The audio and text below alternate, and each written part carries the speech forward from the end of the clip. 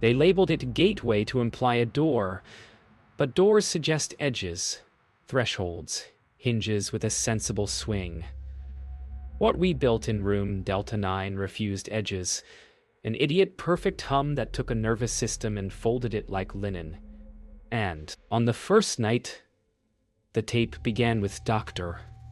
Evelyn Rourke clearing her throat, Major Alan Voss reminding the room that oversight lived in triplicate, Agent Claire Delaney aligning the Nagra reels while pretending her hands did not shake, and Subject 7, Michael Avery with pilot posture and the unspent grief of a sky he could no longer fly, asking if the tone would be loud, if it would be long, if it would be like the one that stays in the ear after a crash. The lights sank to sodium dusk. The oscillator found 4 Hz, 7.83 Hz. Then something not in any manual, and in the glass of the observation window our faces ghosted into one face, and the graph paper hiccuped, as if the building had learned to breathe. And I remember Rourke's voice on the intercom, the practiced calm of a surgeon and a mother. Michael, when the beat splits, do not follow the brighter path. And he laughed, because how could you not follow brightness in a room built to starve it, and the hum braided, and the bass line jumped to a pattern that looked like a sentence. And that is the real reason they shut it down. The reason no one will say in a memo. It answered back. On the first sweep to 4 Hz, Michael's breath settled into metronome obedience and a ripple moved through the building like a polite earthquake, the kind that makes a water glass confess its circle. And Voss muttered, settling, as if language could nail that ripple to a mundane cause. But the oscilloscopes began to show a beat, not driven by the oscillator. A soft, off-tempo whisper threading the carrier, and Rourke tilted her head in the way a violinist checks a string and said quietly, "He's coupling to something?" And Claire wrote the time code while noticing her own chest sensing, a trespass she refused to name, and the intercom hissed with a voice that was Michael's, right up until it wasn't. Syllables, without vowels. A map of consonants.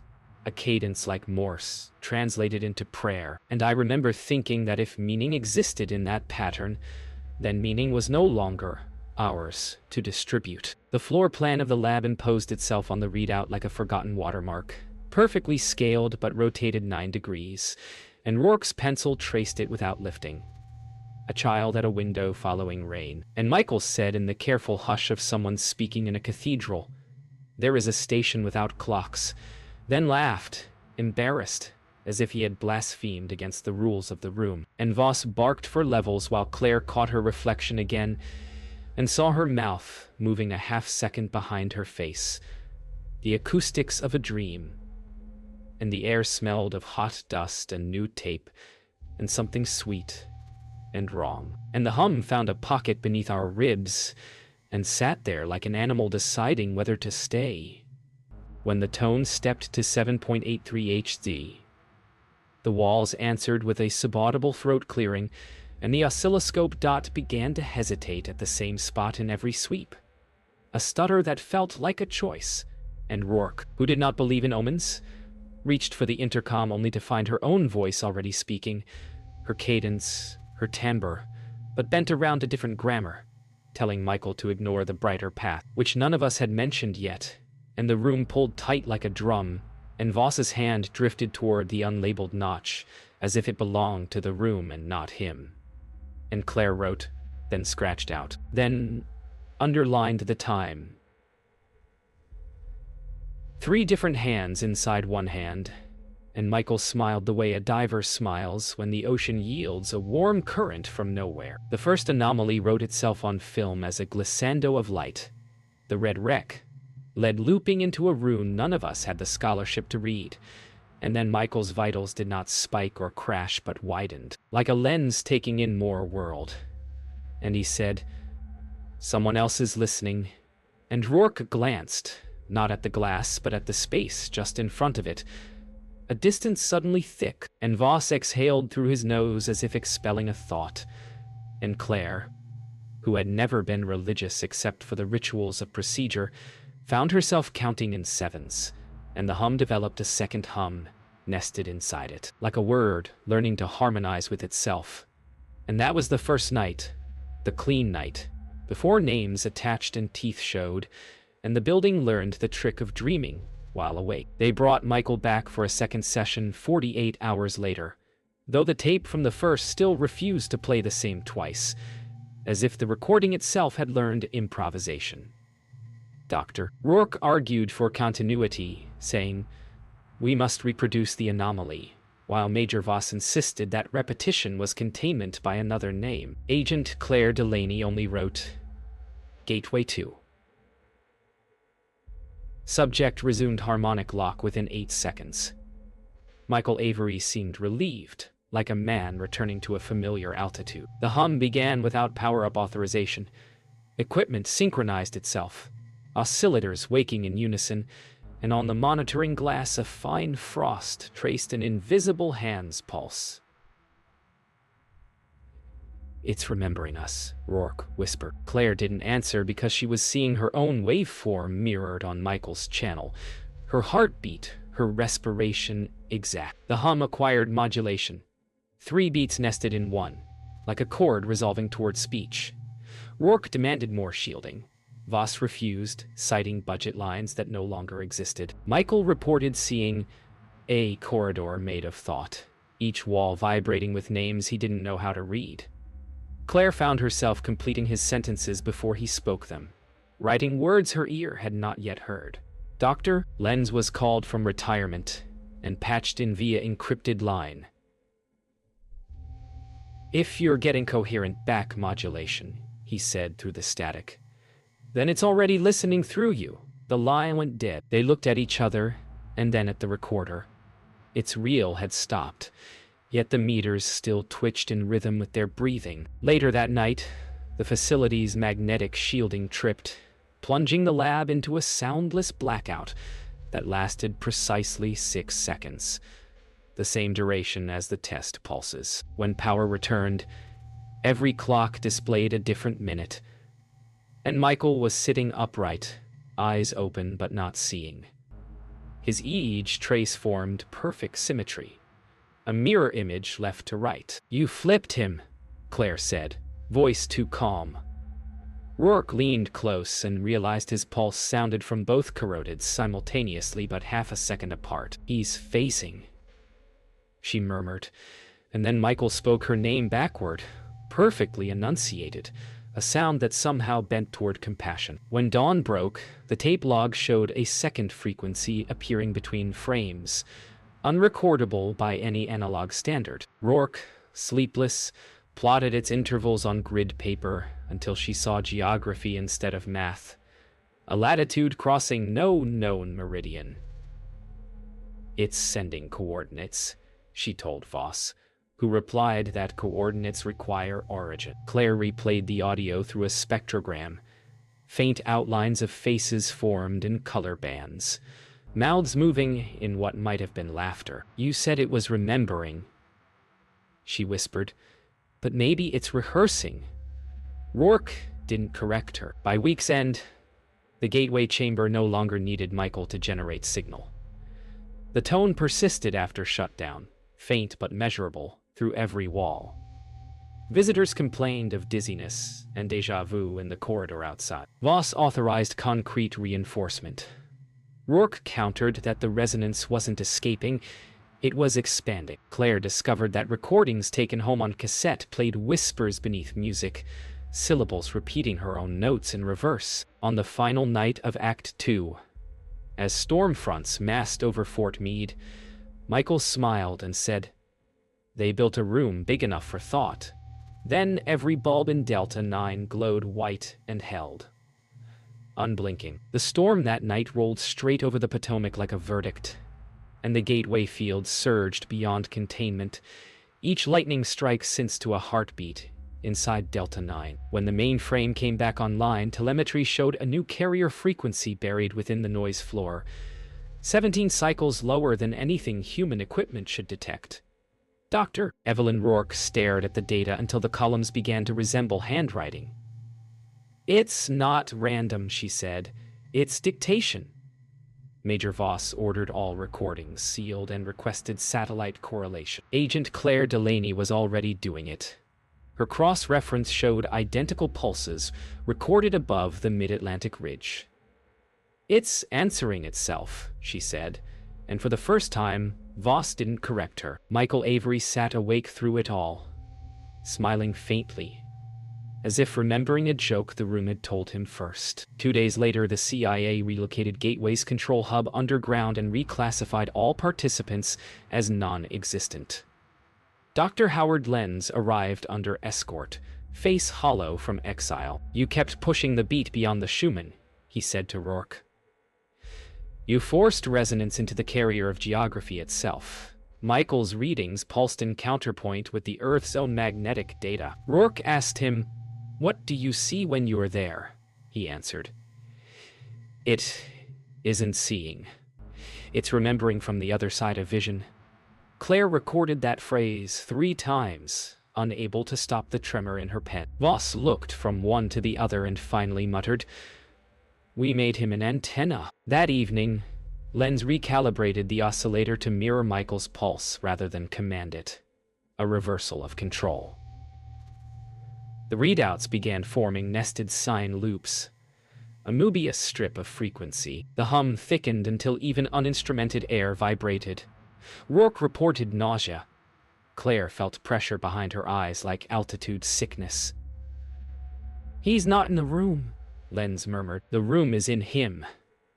Then Michael's voice layered over itself. A perfect harmonic double repeating the phrase "coordinate stable" in a tone too measured to be his own. Voss backed toward the door, hand on his sidearm, as the air temperature dropped 9 degrees in a breath. Satellite confirmation arrived. Rhythmic M-bursts over a fixed coordinate in the mid-Atlantic, precise to 3 decimal places. Lenz overlaid the pattern with Gateway's carrier tone. The fit was exact. "There's a reflection field out there," Rourke whispered. "We've built a 2-way instrument."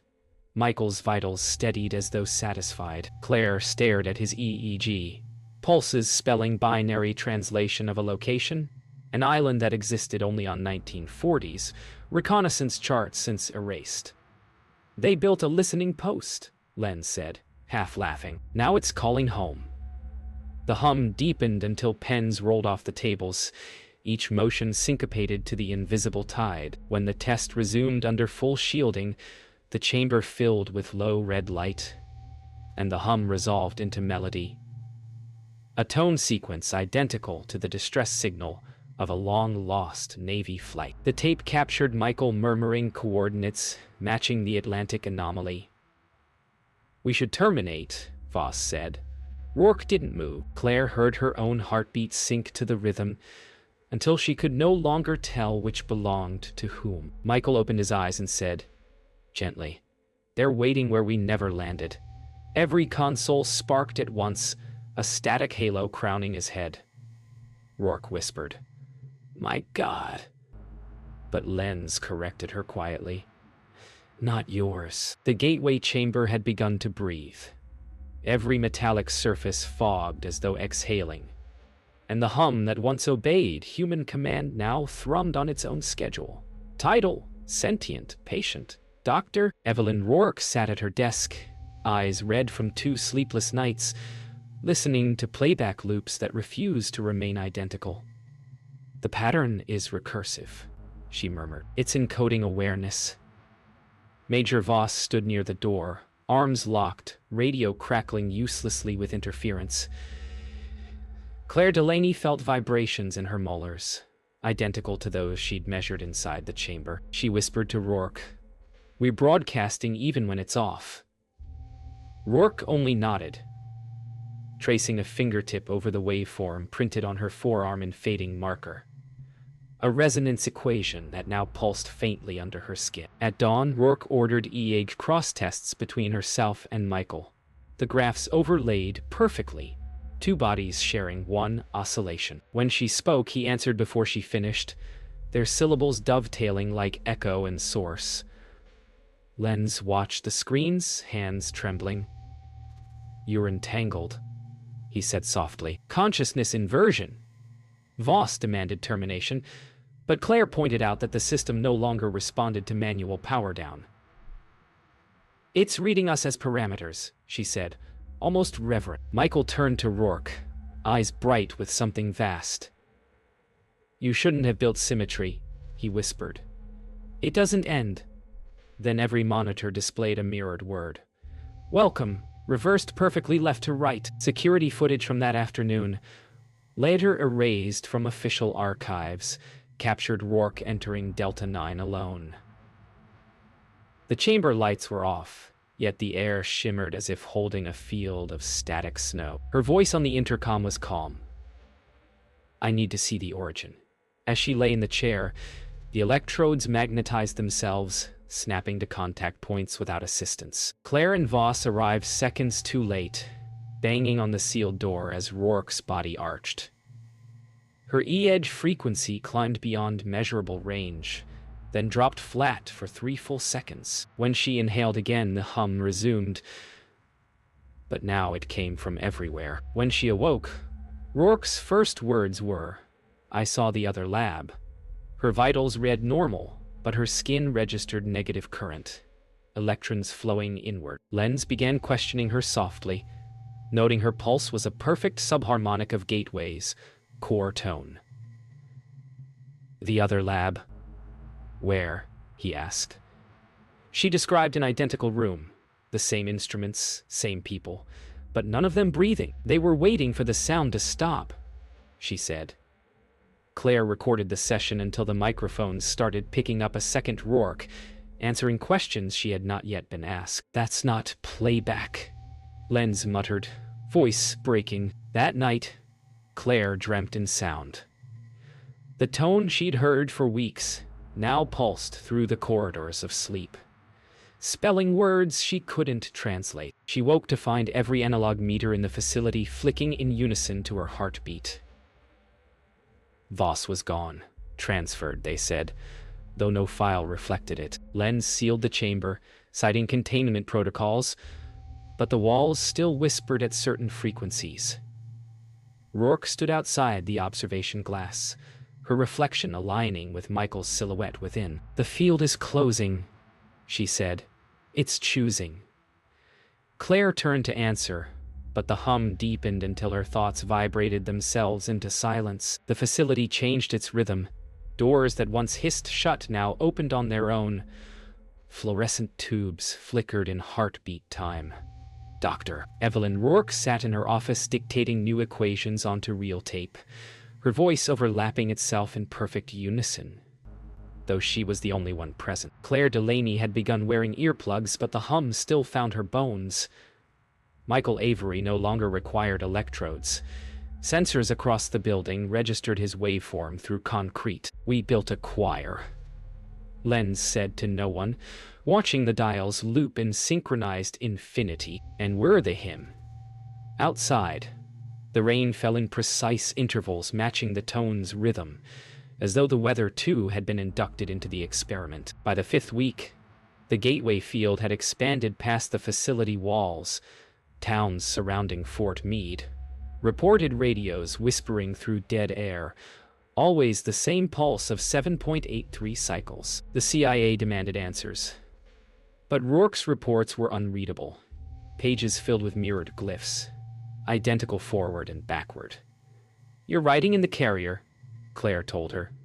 Frightened, Rourke smiled faintly. "No, it's writing through me." Michael began speaking less, his gaze fixed on invisible distances. When asked what he saw, he replied, "Everything that hears us now." Lenz ran background checks on their equipment frequencies and found them broadcasting across the entire ELF spectrum. "We're in the atmosphere," he whispered. When power fluctuations reached the East Coast grid, Washington dispatched a containment team. Voss returned in civilian dress, face drawn tight, an emissary of silence. "Shut it down," he said. "If it's everywhere, pull the plug on here." But every breaker was fused open, sealed by magnetic resistance. The hum deepened, trembling through the soles of their boots. Michael stood, palms out. "They're not trying to come through," he said gently. "They're reminding us where we came from." Voss drew his weapon, pointing it toward the humming core. Rourke stepped between them. "It's self-sustaining now," she said. "Shoot. If you think you can silence air." The shot never fired. The hum neutralized it, a wave of compression freezing Voss in a tableau of sound. The bullet hung halfway in the chamber, brass vibrating with impossible restraint. "It's editing us," Lenz gasped. Rourke touched the pistol's slide and felt warmth. Life inside metal. Claire's headset crackled, broadcasting whispers that layered into her own voice, multiplied 100-fold, all speaking in perfect reverse. "It's teaching itself our grammar," she said. "It's making time to speak." Michael looked at her then, face illuminated from within by reflected light, and murmured, "Now we know the color of thought." When the resonance finally broke containment, the event registered on seismographs as a silent quake, amplitude without sound. Lenz fled into the corridor and collapsed. His last words on tape were, "It's folding inward." Rourke placed her hands on the console, eyes unfocused. "I've found equilibrium," she whispered. Claire looked out through the observation window and saw her own reflection turning to face her independently, mouthing words ahead of her speech. Michael stepped through the glass as though it were fog, leaving no crack, no ripple, only the Hume's afterimage. Then all lights died, leaving only the phosphor trails of waveform on air, the residue of a frequency that had found its origin. The CIA arrived the following morning with a crew that moved like shadows, unrecorded and unrecordable. Every gateway interface, every reel, every electrode was slated for destruction. Dr. Evelyn Rourke watched quietly as bulldozers and flame torches were stationed around Delta 9. Major Voss had returned, his face empty of relief. Agent Claire Delaney tried to retrieve any tape she could carry, but found her hands trembling in resonance with the building itself. Lenz stood silently beside her, muttering, "You can't destroy a waveform once it has learned the room." Michael Avery was nowhere to be found. Only a faint hum lingered, brushing against the walls like a memory refusing to fade. Inside the sealed chamber, the oscillators had been disconnected, but traces remained in the air. Claire felt the residual hum vibrating through her sternum, almost intelligible, almost alive. Rourke walked through the debris of consoles, running her fingers over melted keys as if reading Braille. "It's not in the machines anymore," she said softly. "It's in the room. And us." Lenz looked at her pale face and nodded. Voss ordered immediate decontamination, but every instrument, every metal surface, pulsed with subtle defiance. Claire whispered to herself, "We carried it out when we left. We carried the frequency." Later, Claire played one salvaged reel at home. The hum returned immediately, filling her small apartment, vibrating through the floors and walls. Her own voice could be heard, replying to questions she had not asked. Rourke's final email, sent under secure channels before her disappearance, read, "We taught it grammar. It will never forget. Archive nothing, yet observe everything." The cassette rewound itself repeatedly, forming patterns across the tape. Waveforms that spelled words when projected on a spectrogram. Claire understood then that the experiment had escaped, not in body, not in location, but in cognition. In subsequent weeks, officials labeled Delta 9 irretrievable and ordered all participants reassigned, erased from databases. Yet Claire noticed subtle anomalies in her daily life. Radios that whispered her own thoughts back, streetlights pulsing in rhythm with her heartbeat, and strangers who mirrored her gestures for fleeting moments. Rourke's fate remained unknown. Lenz disappeared quietly, leaving behind cryptic equations. Michael Avery's last known EEG traces flickered on a remote terminal in a secure facility. Though he was physically absent, and the waveform continued its recursive conversation, shaping patterns too precise to be coincidence. By the end of Act 6, the CIA's official report declared Project Gateway a failure. Yet, Claire knew better. Every hum she heard in passing, every waveform in her instruments, every faintly spoken syllable on unplayed tapes reminded her. The experiment had exceeded containment. The room was gone. The participants scattered, but the frequency endured. Somewhere between perception and thought, Michael, Rourke, and the hum itself had merged, and in that merging the gateway had not closed. It had simply learned to inhabit the world, waiting for anyone curious enough to follow its echo. Years later, declassified fragments of Project Gateway surfaced online, a handful of reels and scanned logs made public under the guise of historical curiosity. Listeners reported identical phenomena.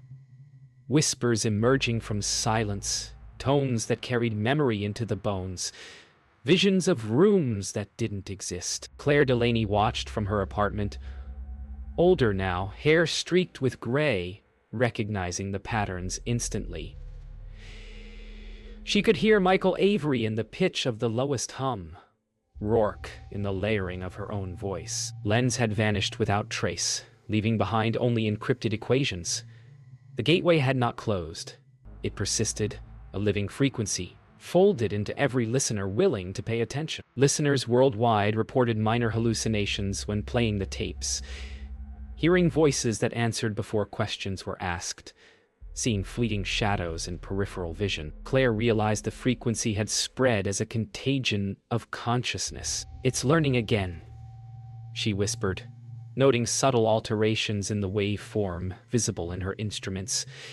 Each playback carried corrections, refinements, intelligence. The gateway had become a sentient observer, an echo no longer bound by metal, concrete, or human authority. Rourke's last log appeared online in fragments, her words cut by interference yet legible enough.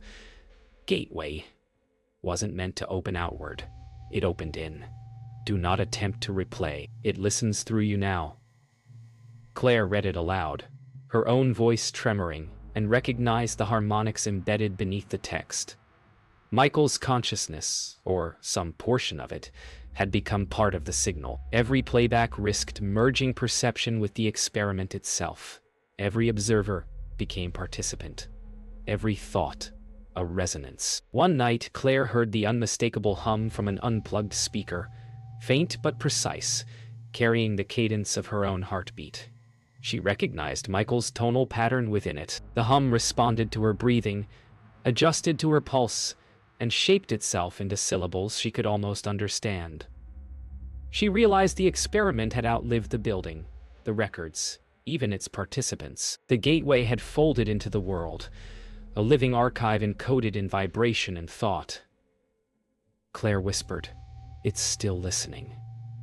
And the hum paused, perfectly timed, as if acknowledging her. The final shot. Claire's logs, tapes, and notes stacked on her desk, untouched for hours. The faint hum persists in the corners of the room, imperceptible to anyone outside. Across the globe, new listeners tune the same declassified reels and feel a prickle in bones, a whisper in mind. A corridor of thought they never entered. The gateway had never closed. It was a living frequency, folded into consciousness itself, patient, recursive, infinite. Somewhere beyond perception, Michael Avery smiled, Rourke nodded, and the hum continued, waiting for the next attentive mind to hear it, and perhaps to respond.